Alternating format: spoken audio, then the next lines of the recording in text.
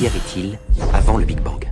Eh bien, il n'y avait pas d'avant, parce qu'avant le Big Bang, le temps n'existait pas. Le temps résulte de l'expansion même de l'univers. Mais que se passera-t-il quand l'expansion de l'univers aura achevé sa course et inversera son mouvement? Quelle sera la nature du temps après? Si la théorie des cordes est exacte, l'univers posséderait 9 dimensions spatiales et une dimension temporelle.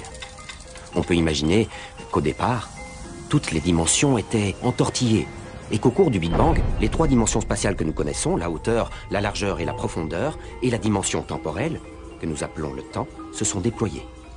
Les 6 autres demeurant minuscules, enroulées sur elles-mêmes. Et si l'on admet le fait qu'on vit dans un univers aux dimensions enroulées, alors comment faire la part entre l'illusion et la réalité? Le temps, pour nous, tel que nous le connaissons, est une dimension qu'on ne peut parcourir que dans une seule direction. Mais qu'arriverait-il si une des autres dimensions n'était pas spatiale, mais temporelle? Pourquoi est-ce que la fumée ne retourne pas dans la cigarette? Pourquoi les molécules s'éloignent-elles les unes des autres? Pourquoi la goutte d'encre dans de l'eau ne se reforme-t-elle jamais? Parce que l'univers va naturellement vers la dissipation. C'est le principe d'entropie, la tendance de l'univers à évoluer vers un état de désordre croissant. Le principe d'entropie est directement lié à la flèche du temps, une conséquence de l'expansion de l'univers. Mais que se passera-t-il quand la force gravitationnelle contrebalancera la force de l'expansion? Ou si l'énergie du vide quantique s'avère trop faible? C'est à ce moment que l'univers pourrait entrer dans une phase de contraction, le Big Crunch. Que deviendra le temps? Va-t-il s'inverser?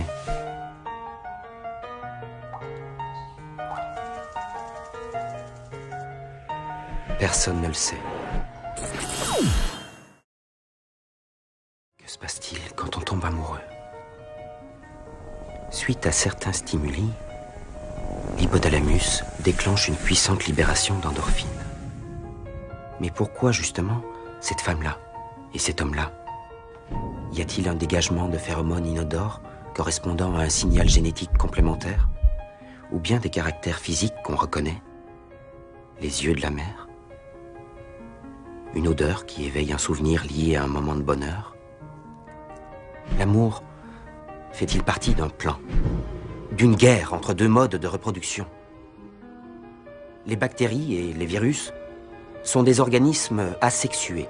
À chaque division cellulaire, à chaque multiplication, ils mutent et se perfectionnent beaucoup plus vite que nous.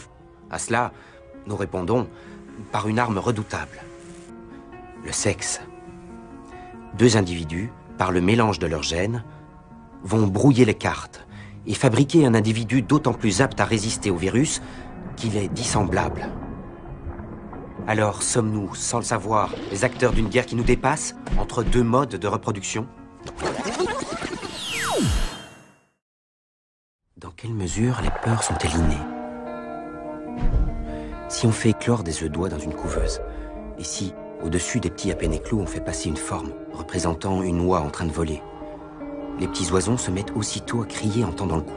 Mais si on inverse la direction de la silhouette, elle a alors la forme d'un faucon. Et la réponse des petits oiseaux est immédiate. Ils ont peur et se recroquevillent, alors qu'ils n'ont jamais vu aucun faucon. Ainsi, sans le moindre apprentissage, grâce à une peur innée, ils se protègent pour survivre. Mais chez l'être humain, à quels anciens dangers les peurs innées peuvent-elles correspondre?